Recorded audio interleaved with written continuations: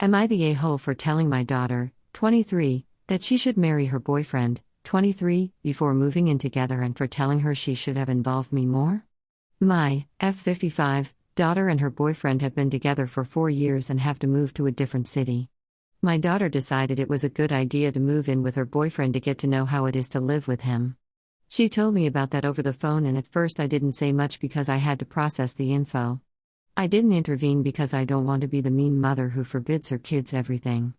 She didn't tell me anything more until 2 weeks ago when she visited us and told me that her boyfriend was going to look at some apartments. I told her she should reconsider it because I don't want her getting pregnant and ruining her studies. I said she should marry him first. My daughter more or less brushed it off, saying that you don't have to live together to do it and that moving together doesn't have anything to do with that, and she were sensible enough not to get pregnant. But obviously when they move in together they will start sleeping with each other. I told her that if she has to move together to know whether her boyfriend is the right guy for marriage, she shouldn't move in with him at all. She should know him by now, and anything new she discovers about him are little things where you have to compromise. That's what love is about.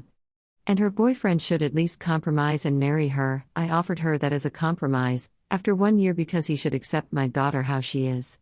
My daughter got upset, saying I wasn't considering her opinion in this. She didn't even seem to be concerned when I told her I have been sleeping badly the last couple of days and will be worrying until she marries the guy. The next day she came to me and told me her boyfriend had visited an apartment and they got it and showed me pictures, etc. I didn't want to be mean, so I didn't say anything. The peak was a couple days later after she left and called me to tell me that she and her boyfriend had signed the rental agreement. I was furious. I told her that I found it unfair that she didn't involve me and my husband in this whole thing.